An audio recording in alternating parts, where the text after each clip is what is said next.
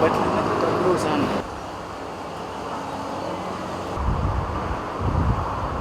outer court was miguuni kwa Musa tumekuwa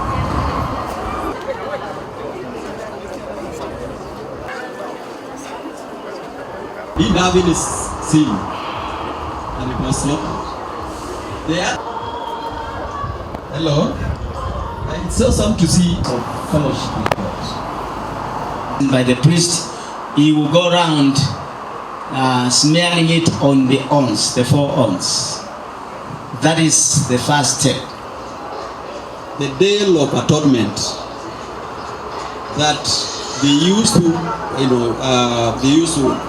God had commanded that they would actually that day they would not. And we recently thought that we could do something for a practical Bible experience, and we realized that we are going through a very difficult time.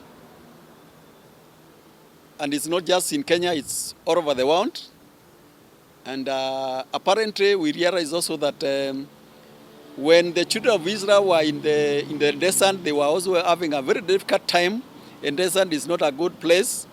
And God intentionally decided to give them the Tabernacle of Moses as a solution to their problems, so that they could, have faith in God. And our policy, or what we are telling Kenyans, is mambo ni magumu, vitu inaendelea kupanda, kwa hivyo wakipandisha na sisi tunapandisha imani. So we have created the Tabernacle of Moses, or modeled the Tabernacle of Moses, where people from all corners, Christians, can come and have an experience, learn about the intention of God when He gave instructions to have Moses build a tabernacle for them. I would say it's a very timely experience.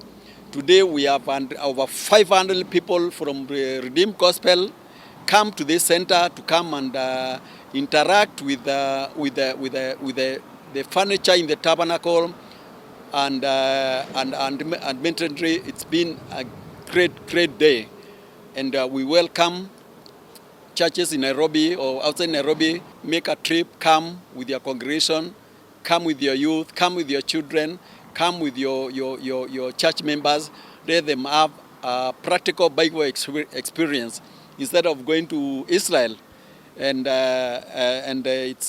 these are tough. You may not have even the money to go anyway, but we can have a solution here. We can come and have an experiential Bible learning. CBC is actually a practical model of education, which is very good. Even the Tabernacle of Moses is actually part of the curriculum, especially for higher grades.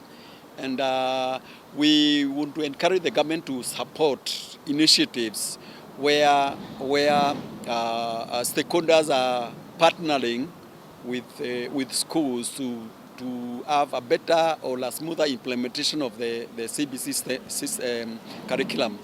Look forward for any assistance, any help that can make us, can enable us to be able to reach a bigger catchment, a bigger area, probably where maybe other centers within the country can be set up to be able to help in the implementation of a CBC. Our vision is to have a full-fledged Bible practical experience where we have like maybe 5 acres where people, we can have as much as possible actualize the Bible, so that people do not just have to go learn theory, but they can actually have an experiential connection with what they are learning in theory. We like to add value to what we are doing, and especially on the side of the CBC, one of the things we are looking at in the near future is to incorporate artificial intelligence in learning, because the world is changing, the world is going to artificial intelligence, and we cannot be left behind. So some of the things in our background, what we are thinking about is how we can incorporate the practical experience with the artificial intelligence to prepare our kids to be competitive in a changing world. I thought it was the right thing to do, to bring the congregants here to have that experience. The CBC is a new system of education, and there are children who are disadvantaged, who cannot have the access of this kind of a facility. I wish the government would promote this and have it in every county or every constituency. It would benefit the children to interact with what they are learning. Parents who can access this place, they should take advantage and bring their children here and themselves also to interact with this CBC thing, because to many parents this is a new thing and some have never embraced it, and they need to come here and have that personal touch. It gives people an opportunity to interact with the actual setting of the Tabernacle of Moses, and even to see by eyes. Seeing is very important when it comes to learning. I think this is the first place. The director in this place has decided to model up a tabernacle, so it is a place of its own. It offers a CBC education, and so when we came here, I have learned a lot, and I'm enlightened. Number one, because of CBC, and I can now understand the real importance of CBC, and also here I have gotten the real understanding of the Tabernacle of Moses, the meaning of the outer and the inner court.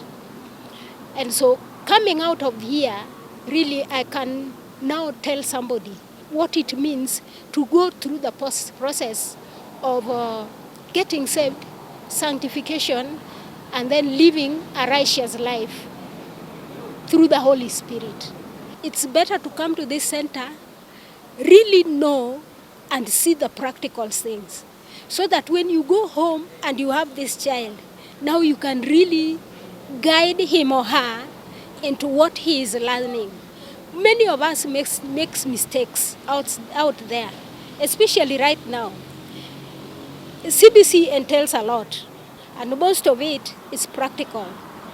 And you find some people, they really want to do it for the child, but doing it for the child is not helping the child.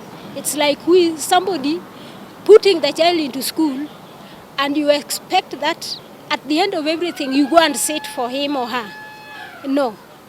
If you come here, you will understand it, and then you will break loose and let the child do it. And by doing it, the child will be getting the real education, the real thing that he ought to understand and do. Because I believe CBC is practical. Ni watu ambao wamefanya mambo mengi. Kuna recreation center ya watoto, na pia kuna mahali CBC ambayo ndio masomo ambayo wanafunzwa wakati huu wanaanza, yanafunzwa kule kuoneshwa kwamba vile yanaweza kufanyika. Kwa hivyo tumeweza kuja mahali hapa siku ya leo kama kanisa kujifunza mambo ya church, pia kwa sababu kuna Moses Tabernacle, na zaidi ya yote kwa sababu tuko na watoto wengi ambao wako CBC waweze kujionea kwamba vile mambo yanafanyika kule, kwa sababu ni practicals. Unaenda mahali kwa electricals, unaenda mahali kwa kutengeneza ports, unaenda mahali kwingi sana kutengeneza vitu kwa mkono, yaani sio kusoma tu, lakini inafanywa practically, unaona pale. Kwa hivyo nimesoma mambo mengi, kwamba tumeingia huko CBC Centre na tumeweza kuona vile setup ilivyo, na tumeweza pia kuja mahali pa Moses Tabernacle na tukaonyeshwa sehemu tatu practically, tukizionyesha vile huwa ziko set. Kwa hivyo ni mahali ningelipenda kwamba kila mtu aweze kuzudia siku moja, uweze kutenga uje mahali hapa ukaweze kujionea. Ukitoka hapa utatoka na theory, unatoka na practical. Hata watoto wako wakija kule nyumbani, kwa sababu tunaona wazazi wanahusishwa sasa. Watoto wanaambiwa nendeni mkafanya na wazazi. Wazazi wengi hawaelewi. Wanakuja kule wanajua ile 844 ambayo ilikuwa ni theory. Lakini ukija hapa unaona practically. Na tulikuwa tumesoma kwa vitabu. Lakini leo hii nimekuja kuona setup yenyewe. Mahali tumesimama ni setup kutoka outer court, inner court, mpaka kule the Holy of Holies. Imeonyeshwa practically mpaka vile kulikuwa kunafungwa na curtains.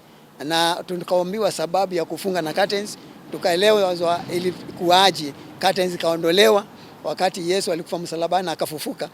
Kwa hivyo tumeweza kuona practically yale tulikuwa tunayasoma.